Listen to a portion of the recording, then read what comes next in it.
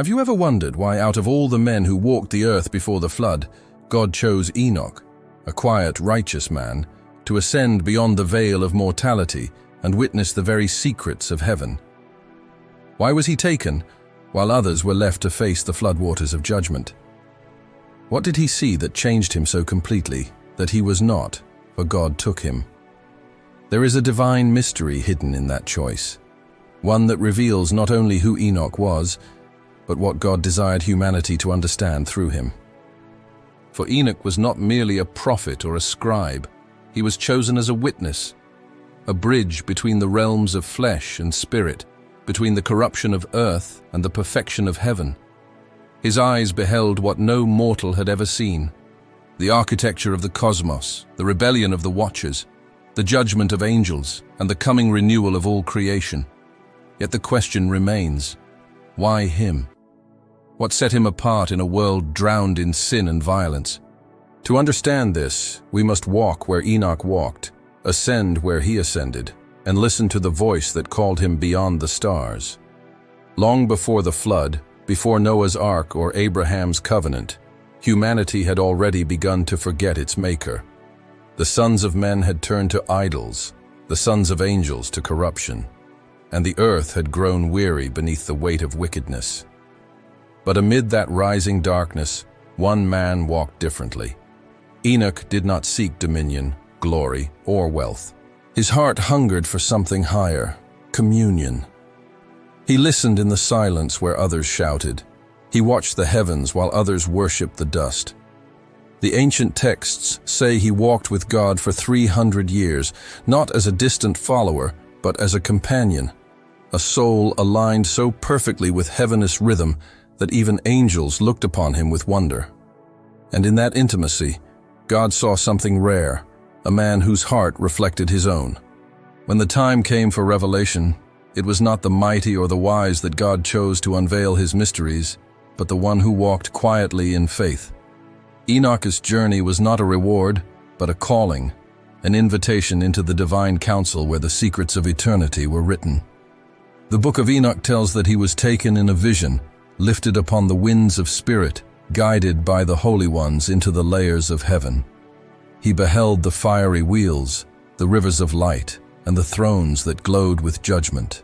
He saw the angels who had defied their purpose, the watchers, bound in chains of flame beneath the mountains. He saw the souls of men crying out for justice, and the vaults where time itself was measured. He was shown what was, what is, and what shall come. Why Enoch? Because he could bear it. The secrets of heaven are not given to the curious, but to the pure. Enoch was not chosen for his power, but for his purity. He did not ask to see the mysteries. He lived in such harmony with God that heaven opened naturally before him. His faith became a key, his obedience a ladder. He was not summoned in wrath or fear, but in love. The divine called him home not because his work was done on earth, but because his heart already belonged elsewhere. In his ascension, Enoch became the first human to bridge the mortal and celestial realms.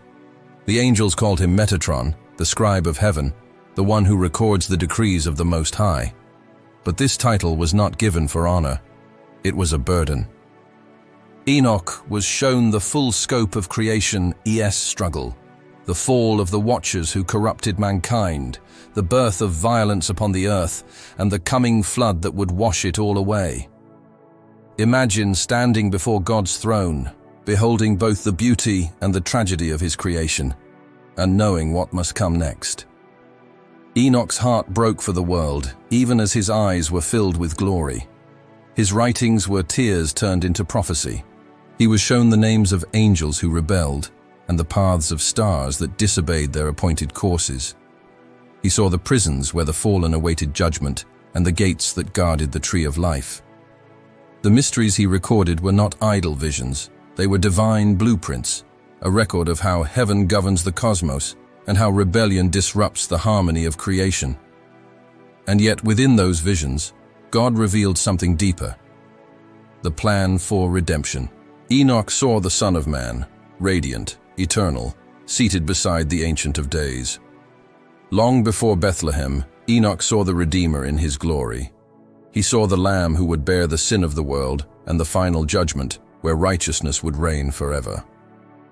It was for this reason God chose Enoch, because he would not seek to twist the revelation for power or fear, but to preserve it in purity. In a world where angels fell and men corrupted truth, Enoch stood as a living contrast, humble, faithful, incorruptible.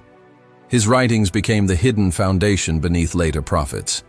Daniel saw what Enoch saw. John echoed his visions in Revelation. The fire of prophecy that burned through Scripture was kindled first in the heart of the man who walked with God. Yet Enoch's journey was more than vision. It was transformation. The Scriptures say he was not, for God took him. The moment of his translation was not death, it was union. His body and spirit were drawn into the divine presence, reshaped into something immortal. The man who once walked the earth now stood among the cherubim, bearing the glory of one who had seen God face to face. Through Enoch, humanity's destiny was revealed, that we were never meant to remain earthbound forever. His life became a prophecy of resurrection, a promise that what began in dust could end in light.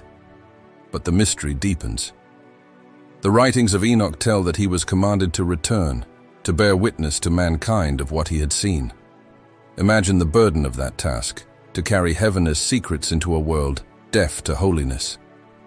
Enoch did not return with condemnation, but with warning and compassion.